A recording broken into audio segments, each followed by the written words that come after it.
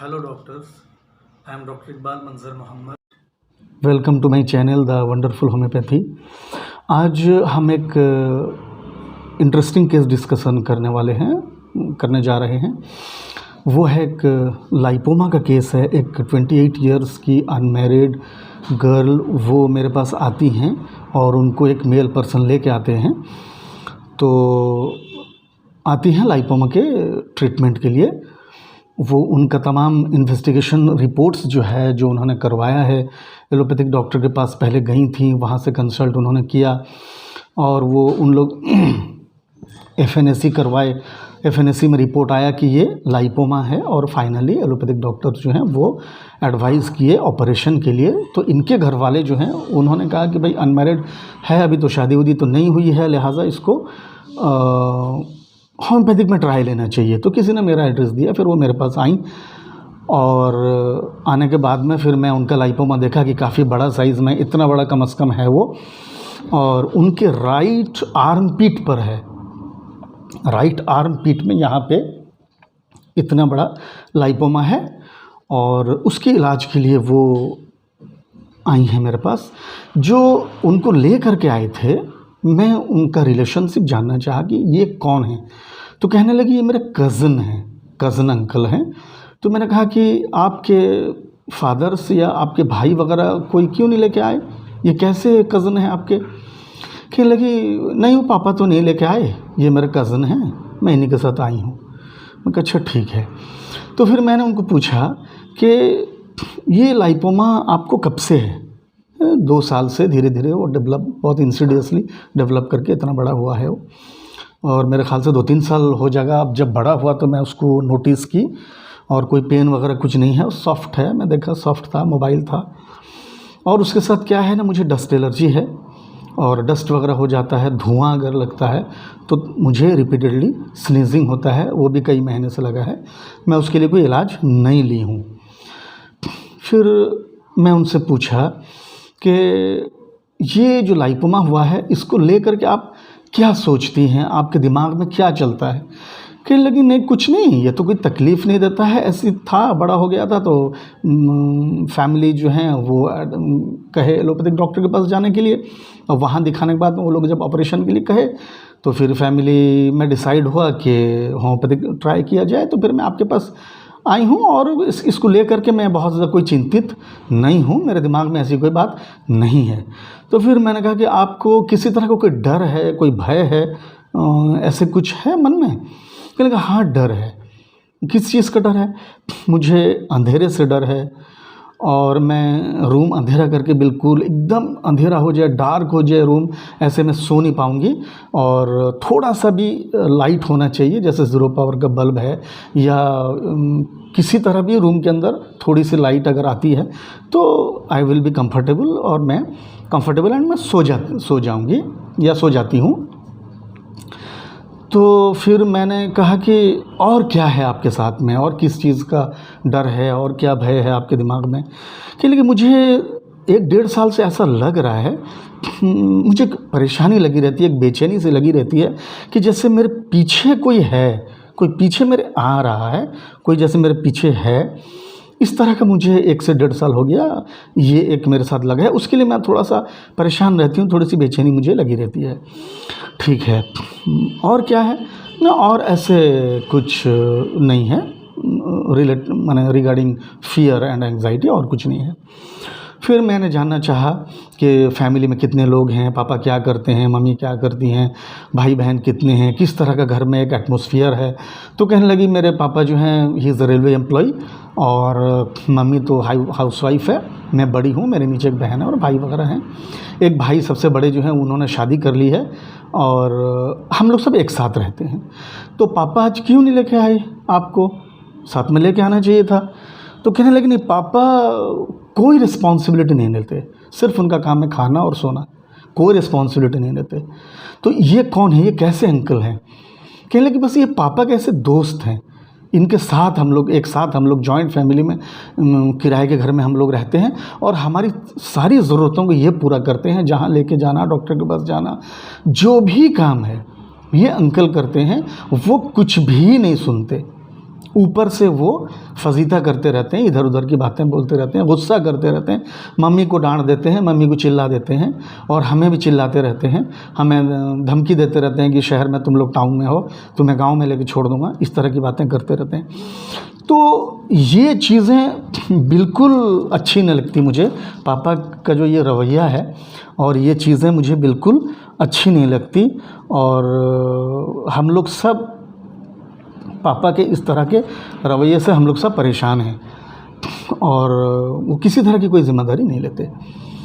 तो फिर मैंने कहा तो फिर आप कि क्या सारी ज़रूरतों को ये पूरा करते हैं? हाँ, दवा हो, कोई कपड़ा वगैरह हो, कुछ भी हो, ये सारी चीज़ों को पूरा करता है, इसलिए ये भी मुझे लेके आए हैं। तो कहने लगे ये बहुत बुरा लगता है, इसलिए कि अपने पापा रहते हुए he is not ready to take any short of responsibility और इनको कहते हैं हम लोग ये सारी ज़रूरतों को पूरा करते हैं। कभी कभी हेजिटेट भी हम लोग करते हैं, कहने को थोड़ा सा अच्छा नहीं लगता है कि ये अकेले कितना ज़िम्मेदारी लेंगे, कितना झेलेंगे। अपने फैमिली का भी देखते हैं, हमारे फैमिली का भी देखते हैं। अच्छा ठीक है, मैंने कहा अच्छा ठीक है। और क्या होता है ना, वो ऐसा मैंने लगता है कि जो पापा का जो नेग्लिजेंसी है वो बहुत ज़्यादा ख़राब लगता है और अच्छा नहीं लगता बिल्कुल। हम लोग रेलवे में सर्विस करते हैं, पैसा वगैरह सब इधर उधर खर्च करते हैं, हमारे पास अपनी कोई जगह भी नहीं और मेरी शादी भी अभी तक नहीं हुई है और बहन पढ़ती है, घर के बहुत सारा लाइबिलिटीज़ हैं। इनको लेकर के वो जो कह रही थी, उनके चेहरे पर एक दुख, एक परेशानी वो समझ में बिल्कुल आ रहा था। उनका फेशियल एक्सप्रेशन जो था, जैसे एक बहुत दुख भरी कहानी को वो मेरे सामने बयान कर रही हैं, मेरे सामने नरेट कर रही हैं वो। तो फिर मैंने पूछा अच्छा ठीक है, आपको साफ़ सफाई की तरफ कैसा ध्यान है आपका, ऐसे नॉर्मली या कैसा आपका रवैया है? कि लेकिन नहीं, मुझे सफाई बहुत पसंद है, दिन में मैं कई बार झाड़ू लगाती रहती हूँ, पोछा लगाती रहती हूँ। फिर मैंने कहा अगर और कोई लगा दे पोछा, और कोई झाड़ू लगा दे ना, मुझे तसल्ली नहीं होती है, मुझे सेटिस्फेक्शन नहीं होती है। अगर 1 से 2 बार मैं लगा दूँ तो आई सेटिस्फाइड। फिर मैंने पूछा कि घर का जो सामान है, जो लोग आपको डेली लाइफ में आप लोग जिसको यूज़ करते हैं, इतना बड़ा फैमिली है, कोई कहाँ रख दिया, तो कहने कि वो मुझे बहुत बुरा लगता है और मुझे तकलीफ़ होती है। मेरा सेंटीमेंट ये है कि जो सामान जहाँ का है बिल्कुल वही रहना चाहिए। अगर कोई डिस्टर्ब कर भी देता है तब भी मैं उसको उठा के लगा वहाँ रखती हूँ, तब मैं दूसरा काम करती हूँ। तो ये मुझे बिल्कुल पसंद नहीं है। फिर मैंने कहा अच्छा घर में, हाँ, मैं पूरे घर की ज़िम्मेदारी मैं लेती हूँ, सबका मैं करती हूँ। इतने सारे लोगों का कपड़ा धोना, वो पकाने में भाभी को हेल्प करना, बर्तन वगैरह जो धोना है उसमें भाभी की मदद करना और घर को पोंछा लगाना, साफ़ करना, कौन कहाँ जाएगा, भाई किस वक्त खा के बिज़नेस में जाएगा, बहन कैसे पढ़ेगी, ये सारी ज़िम्मेदारियाँ। मम्मी बीमार हैं, डायबिटीज़ है, हाइपरटेंशन है, बहुत सारी दवाइयाँ खाती हैं, उनको टाइम पर दवाइयाँ देना, ये तमाम चीज़ें मैं दिन भर बिल्कुल लगी रहती हूँ। ये तमाम चीज़ों को मैं करती रहती हूँ, सारी ज़िम्मेदारियाँ मुझे लेनी पड़ती है। तो फिर मैंने कहा कि भाभी जो आपकी हैं ये कैसे नेचर की हैं, आपके साथ उनका गठबंधन कैसा है? तो कहने लगी वो थोड़ा सा ठीक नहीं है, ज़्यादातर उनका भाई के साथ में ओवर फ़ोन झगड़ा होता है। अच्छा, भाई कहाँ रहते हैं? भाई गल्फ़ में रहते हैं। क्या झगड़ा होता है? नहीं, वो झगड़े में मैं जाती नहीं, उन लोगों का झगड़ा फ़ोन में होता रहता है। फिर मैंने पूछा कि झगड़ा आप कभी उनसे करती हो? आप कभी उनसे झगड़ा करती हो? वो कभी आपसे झगड़ा करती हैं? तो बहुत ज़्यादा वो परेशान होकर कहने लगी नहीं, मैं झगड़ा नहीं करती, मुझे झगड़ा नहीं पसंद है। मैंने पूछा क्यों नहीं पसंद है झगड़ा, क्यों नहीं करती झगड़ा? झगड़ा तो कर लेना चाहिए कभी कभार, झगड़ा करके देखती कैसा लगता है। कि लेकिन झगड़ा मुझे पसंद है। मतलब क्यों नहीं पसंद है? झगड़ा अगर होगा तो घर टूट जाएगा, झगड़ा अगर होगा तो घर टूट जाएगा, इसलिए मैं झगड़े से डरती हूँ, इसलिए मैं झगड़ा नहीं करती हूँ।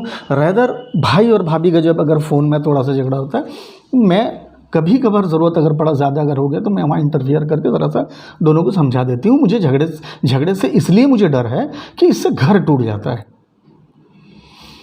अच्छा ठीक है, तो इतना ही समझ लीजिए। मैंने कहा अच्छा ठीक है, इतना ही उनका ये मेरे ख़्याल से 9-10 मिनट का केस था। अब हम समझेंगे कि इसको क्या क्या रूब्रिक हम बना सकते हैं और इस पेशेंट के लिए हम टोटलिटी में क्या मेडिसिन ले सकते हैं।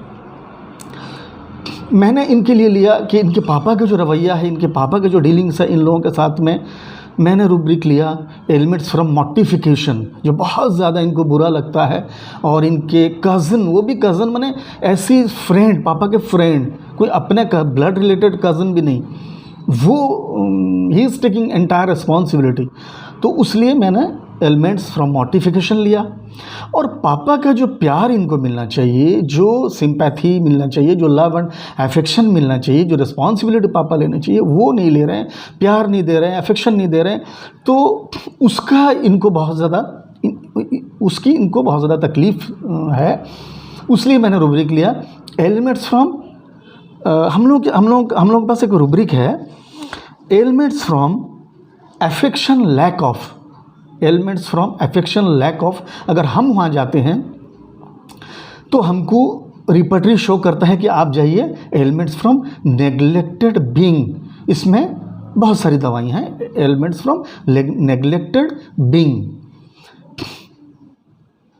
और एक चीज़ वो कहीं कि ऐसे 1-1.5 साल से मुझे लगता है मेरे पीछे जैसे कोई है, जैसे पीछे कोई आ रहा है, और इससे मुझे थोड़ी सी बेचैनी लगी रहती है।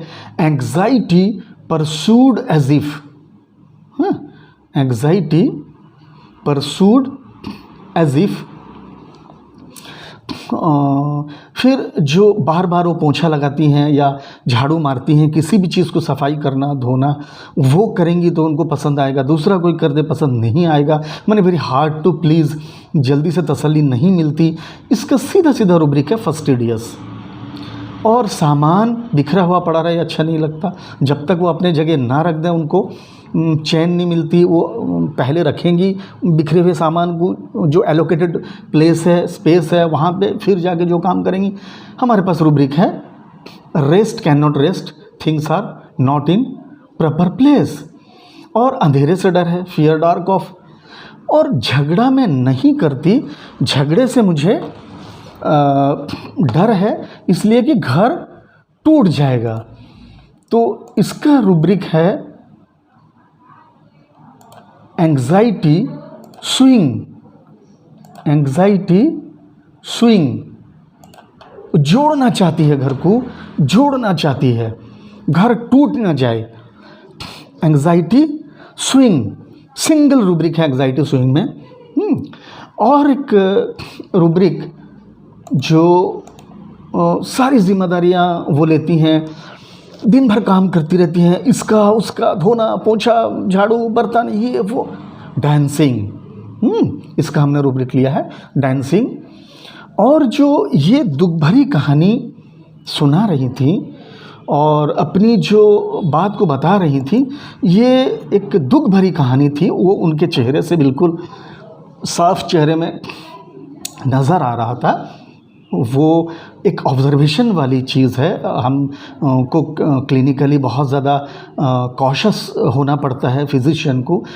हम बिल्कुल निगाह रखते हैं, नज़र रखते हैं पेशेंट के चेहरे पर, बात करने के अंदाज़ पर। तो ऑब्जर्वेशन वाली रूब्रिक बहुत सारी हैं हमारे पास, हमारे रिपर्टरी में, वो हमको पिकअप करना पड़ता है। तो वो एक रूब्रिक मैं लिया हूँ पैथेटिक। हम लोग कहते रहते हैं ना भाई, उनके घर का जो मामला है बहुत पैथेटिक है, वहाँ पे जो ऐसा हो गया, that scene was very pathetic. तो इनका एक रूब्रिक हमारे रिपर्टरी में है, दैट इज़ पैथेटिक। तो टोटलिटी हम लोगों का जो हुआ, ये तमाम रूब्रिक हमने जो ली, टोटलिटी जो हुआ ये सेपिया। तो मैं उनको सेपिया 30 सिंगल डोज दिया, क्योंकि सेपिया अफेक्शन में भी है। सेपिया इसलिए डांस करती है, इसलिए डांसिंग रूब्रिक में है कि वो पूरे घर की जिम्मेदारी सेपिया लेती है, सबको जोड़ के रखने की कोशिश करती है।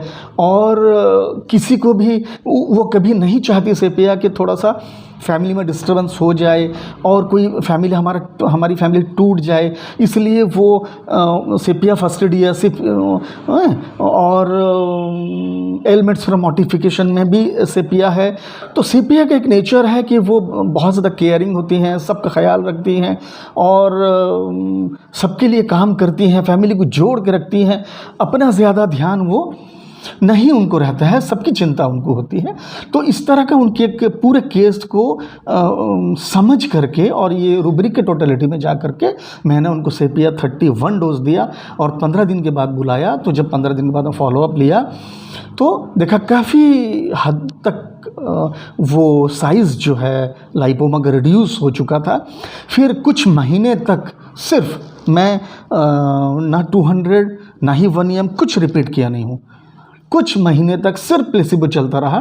धीरे धीरे ग्रेजुअली वो लाइपोमा बिल्कुल डिसअपीयर कर गया, बिल्कुल डिसअपीयर कर गया। तो आप मेरे वीडियो को सुने और कैसा लगा आपको कमेंट ज़रूर करें और सब्सक्राइब करें और शेयर भी करें और लाइक भी करें। और आइंदा फिर और वीडियो और मेडिसिन्स के जो प्योरली मैं अपने क्लिनिक में जो केसेस इसी मेथड में सिर्फ मेंटल रूब्रिक, कभी कभार कोई कैरेक्टरिस्टिक अगर फिजिकल हो तो ले लिए, उस पर क्योर हुए हैं, वो वीडियो फिर मैं धीरे धीरे अपलोड करूँगा, फिर आप उससे फ़ायदा लेंगे। रुकता हूँ, बहुत बहुत धन्यवाद। Thank you very much.